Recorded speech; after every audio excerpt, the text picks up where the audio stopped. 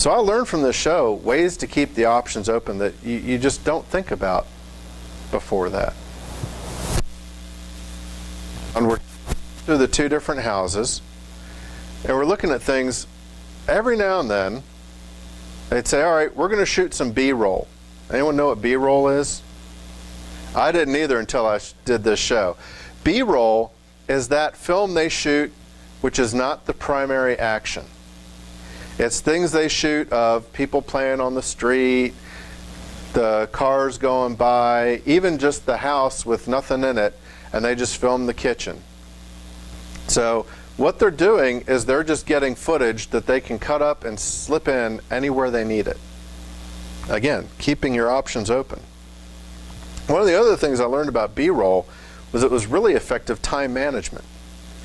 For us, we needed the breaks every now and then to just sit and relax. So they'd say, okay, we're going to do B-roll. It's about 10 minutes. Great, we'll be in our trailer. We didn't really have a trailer, but it was just fun to say that. In fact, what we did have was our 1-month-old baby who was there, and our realtor, the sweetheart that she is, was actually there the whole time we were filming, just watching the baby, so that we could be engaged in the filming. So every one of those breaks was a chance for us to go hang out with our little baby and hang out and rest and relax and take a load off our feet. And so I learned, always have something planned for your B-roll.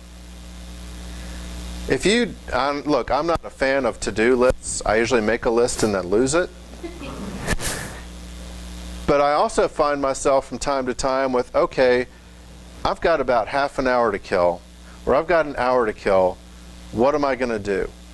If you have a little list of B-roll activities, those activities that can be done anywhere at any time, you can actually more effectively manage your time if all of a sudden that time pops up and you go, I got about half an hour that I didn't expect to have.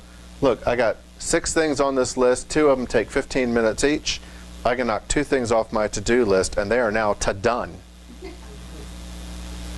So if you think about it, and you always have these little B-roll things, you can actually get a lot more done in your day. So as we're going through the process, I learned a lot more about reality TV.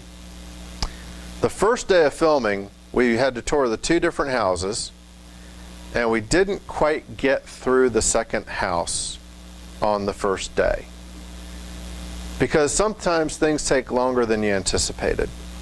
And part of that is because of the process of take the takes.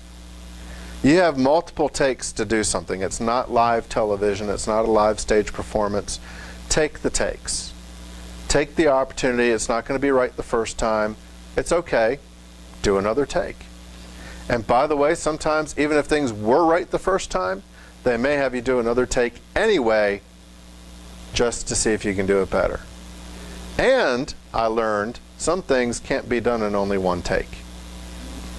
Have you seen the TV shows where someone drives up to a house, the door opens up, and oh my goodness, this person in the house is so surprised at the visitor that is now on their doorstep? Have you seen that? Well, if you've ever seen that shot, let me tell you what it takes to do this type of shot. Minimum 2 takes. Because they've got all the camera outside, so the camera crew's outside and they're filming you driving up to the house. They film you getting out, walking up to the door, ringing the doorbell, and there goes the door opening up. Then the director yells, cut. They shut the door. They move the camera crew inside. They have to reopen the door for the camera crew to get inside, in case you weren't sure.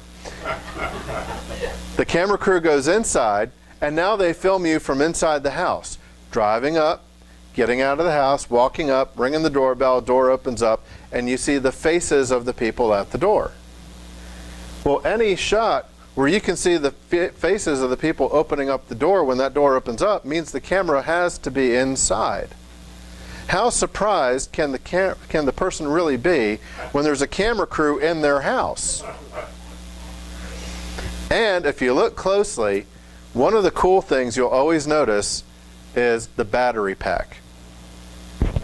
I'm wearing a microphone right now, not because this is such a large room I need to project. I'm wearing a microphone because it feeds directly into my camera.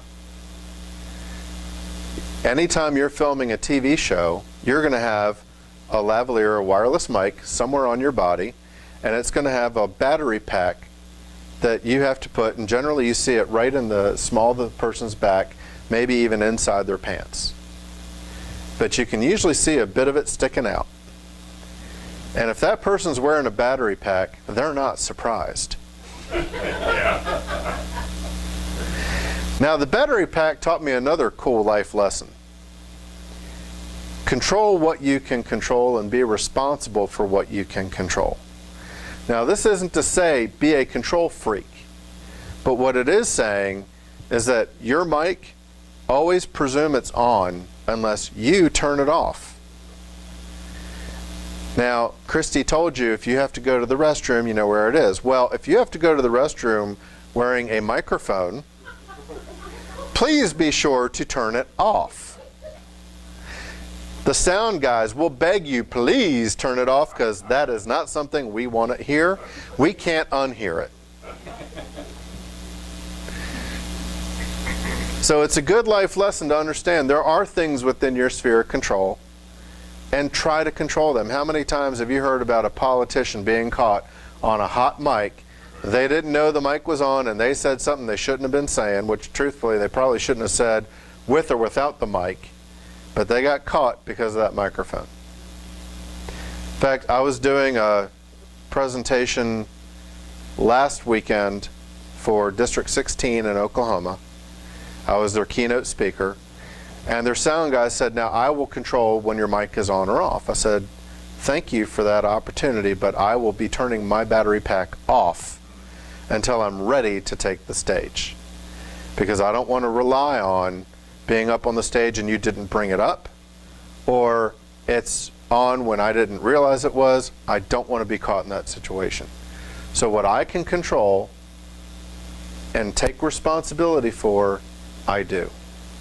And if I mess up, it's on me. So as we're touring around the house, we ran out of time on day one.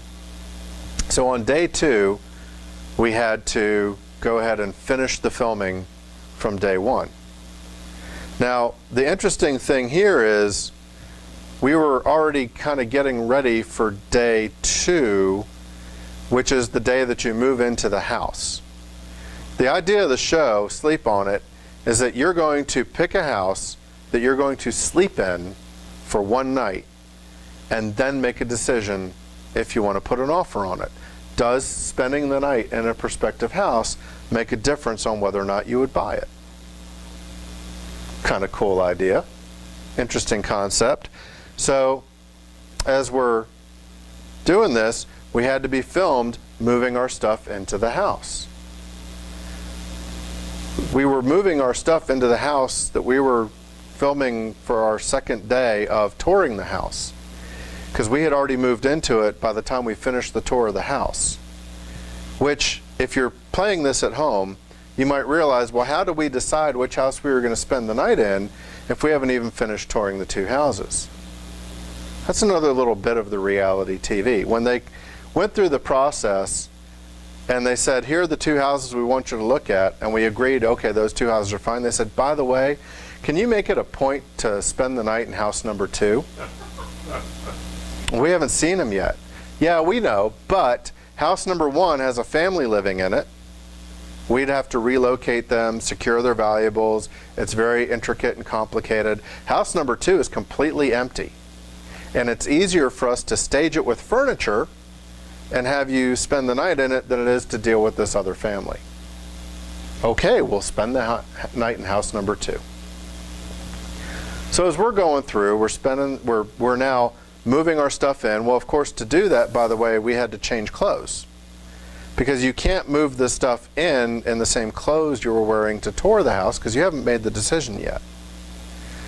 So we had to get dressed in our day 2 clothes, move all the stuff in, and then get changed back into our day 1 clothes, finish touring the house, change back into day 2 clothes, and then live in the house for the day.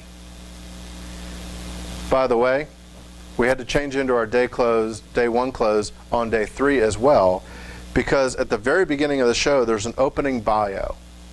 What is it that you want to accomplish out of this process? What are you looking for? And they talk to you, and they get it, at the beginning, because this is the very first thing that's going to play in the show, is that opening bio. That was the very last thing we filmed.